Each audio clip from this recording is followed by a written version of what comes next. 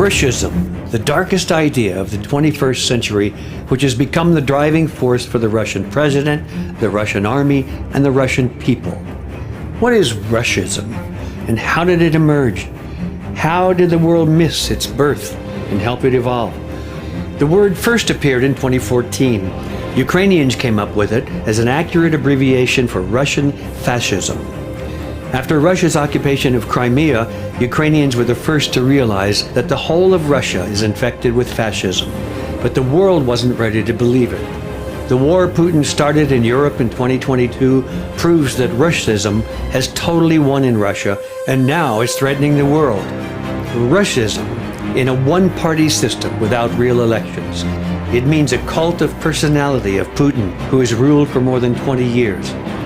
It's the idea that Russian people are somehow divine, and so have exclusivity over other nations. It means denial of the right of existence for Ukrainians, and these ideas are propagated in the media and in churches throughout Russia.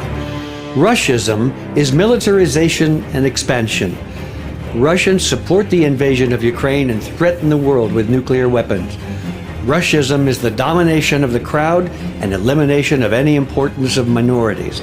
It means mass gatherings around new totalitarian rituals and symbols. How did Russia become like this? Why didn't the free world see Russia's growing fascism over the last decade? Russianism is a revanchist ideology. During the Soviet Union, Russians thought of the USSR as their empire, like in the days of the imperial czars. They felt this disintegration was a huge defeat by their enemies, the West, and it had to be avenged. During the economic decline of the 90s, memories of the imperial past kept Russians proud. Populists explained poverty and lack of achievements as attacks by a conspiracy of superpowers in the West. All this while the West believed Russia was reforming, becoming liberal, building a market economy. It even forced Ukraine to give its nuclear weapons to Russia under security guarantees that were later ignored. Vladimir Putin came to power under revanchist slogans and started the Second Chechen War. But the West wanted to see him as a young liberal leader of democratic Russia. It didn't see the genocide of the Chechen people by Russia's army, and it ignored the hybrid wars supported by Russia in Moldova and Azerbaijan. The free world thought that doing business with Russia was the best way to prevent a resurgence of its instinctive authoritarianism. They thought that a wealthy society meant a democratic society.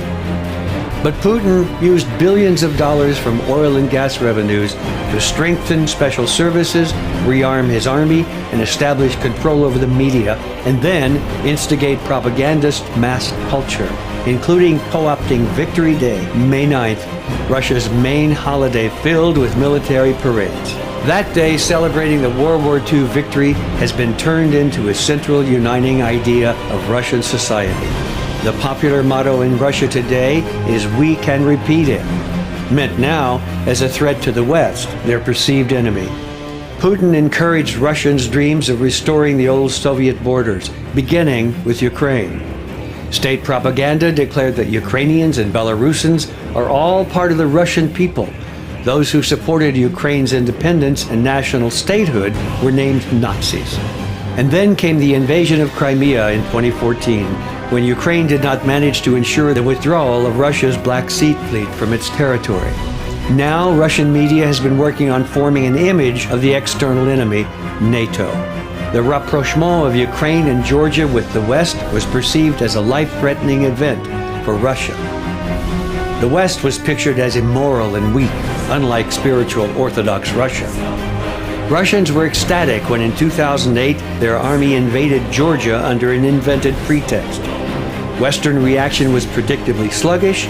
The Kremlin understood that Russians liked military force and the West would do nothing to impede it.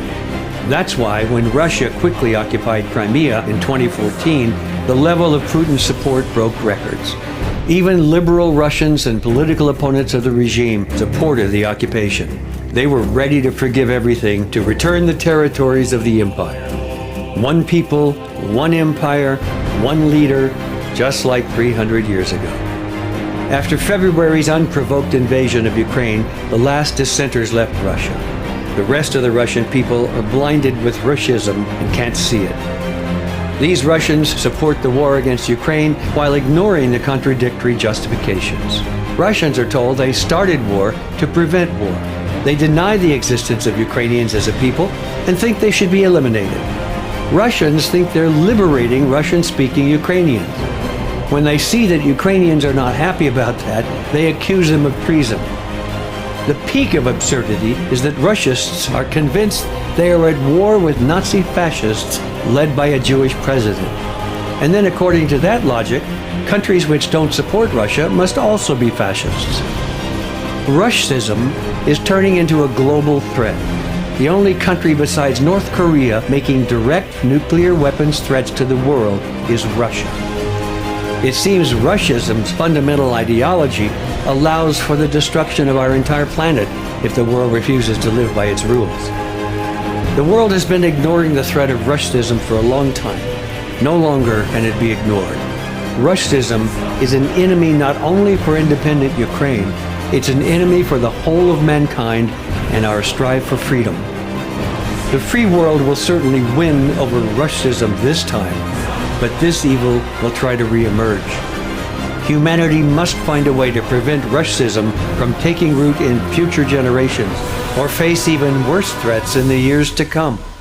Russia and fascism must be stopped now.